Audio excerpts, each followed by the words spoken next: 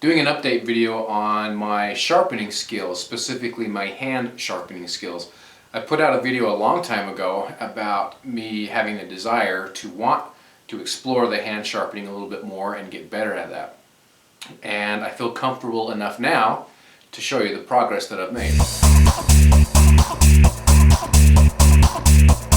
Here's a Spyderco Bill Moran. This knife, I have done a review on it. I've turned it into a kitchen knife. And I've sharpened it so many times that the shoulder on this has got really shallow. The angle of the actual blade has got really shallow. So I started bringing back that shoulder a little bit, reground it, and as I was doing that, I thought, well, you know what, I might as well make an update video on this while I'm doing it. So if you look at that edge right there, you can see it's really rough. That's because I was using a really rough diamond stone to pull that edge back a little bit. What we're going to do though is continue this process, and I'll show you some of the tricks that I've learned.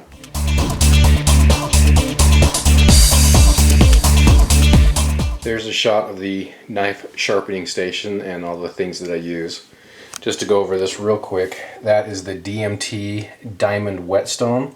I bought that specifically to fix edges that really needed help if they were chipped or if they needed to be reground. The grits that we have here, this is a medium, this is a fine grit, and then this is an ultra fine.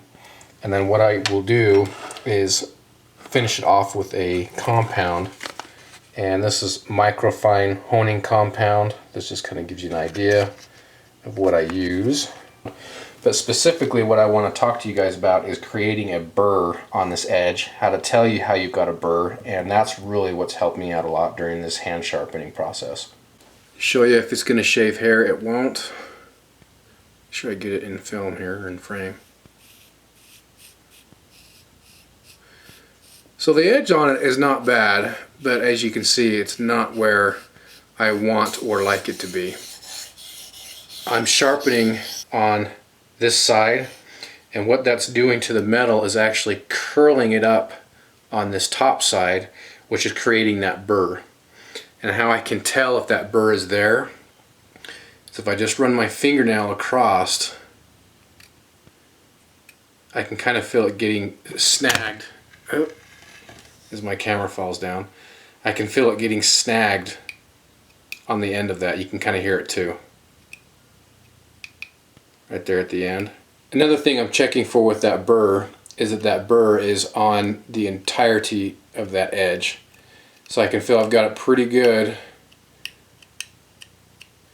starting right here. So the tip needs a little work, and then down here at the very bottom I still need to work that burr in there.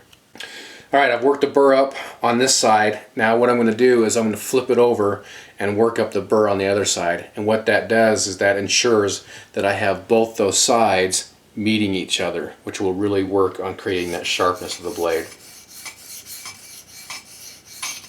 Work that burr up on the other side to where I want it to be. Now what I'm going to do before I move on to the next grit is I'm going to take that, so I was sharpening this side, what I'm going to do is flip it over and then just remove that burr a little bit.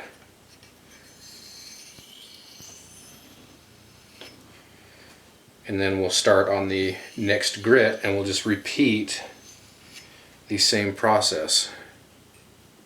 Moving on to the fine grit stone, and I will do the same process with this. I'll start on one side, work that burr up, start on the other side and work that burr up, and then I'll just kind of take it off easy and move on to the next grit of stone. One thing you want to try to avoid when doing this is not to rock back and forth. Now there is some value to that. If you know what you're doing, you can actually create a convex edge, but you have to know what you're doing first. So one of the things I do to keep me from rocking back and forth with that, I try to lock my wrists in, but also I'll try to use my thumb and keep it sliding against the stone. It works well for me. I don't know, something that you might want to try. But it kind of helps me keep a estimation on the distance between, or the angle between the blade and the stone.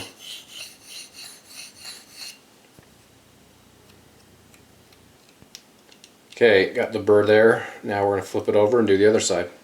And likewise, what I'm doing here, the technique I just mentioned with my thumb, I'll try to do it with my finger on this side. Again, this is a little more of a shallow angle because I'm bringing that edge back.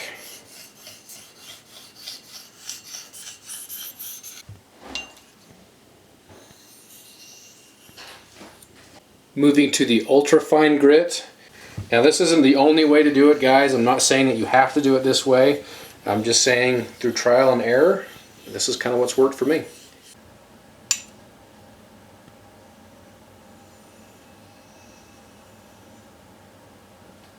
Now the final step, before I use the strop, I'll make sure I wipe all the shavings off my knife because I don't want those in the strop. The strop's been preloaded, so I'm going to just give it a light load here, not too much. And stropping, I actually find I like to hold it in my hand, it's a little easier for me. But again, the stropping is going to be different. You're not going to go this way like you would on the stones. You're actually going to go backwards. And how many you do per side, and that's up to you. I like to keep it even. Generally what I'll do is try and do, X amount on one side and then match that on the other side, and then I move down in number. For example, I'll do 10 and 10, maybe 8 and 8, 5 and 5, depends on the knife and what it needs. And then I'll finish that up by 1 on one side, 1 on the other, 1, 1. Kind of changes, honestly. But we'll show you these results when I'm done here.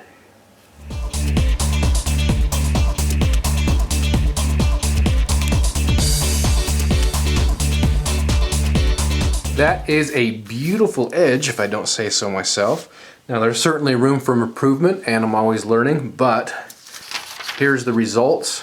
To get kind of a two-finger grab here, and that goes through there. Very nice, very nice. So I'll say this, if I can do it, anybody can do it. Now let's take a quick look, kind of a close-up at that edge.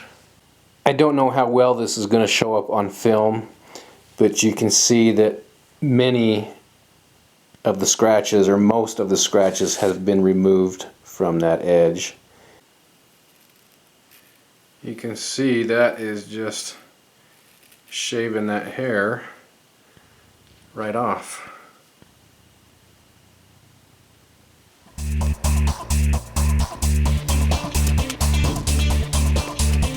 The biggest thing that I found is keeping those wrists straight so you maintain that angle, and that comes with practice and time. And second is use that burr as that guideline to tell you if you've had that one consistent angle and you've sharpened enough of that edge that needs to be. Once you get that burr, flip it over, create that other burr, work it off. That's what I found works best for me. And again, while I've still got a long ways to go, I still have a lot to learn about it, the results speak for themselves. So whatever I'm doing pretty good, and I look forward to continuing my progress with the hand sharpening. Like, share, do all that kind of fun stuff with the vid. I appreciate it. Thanks for watching, guys.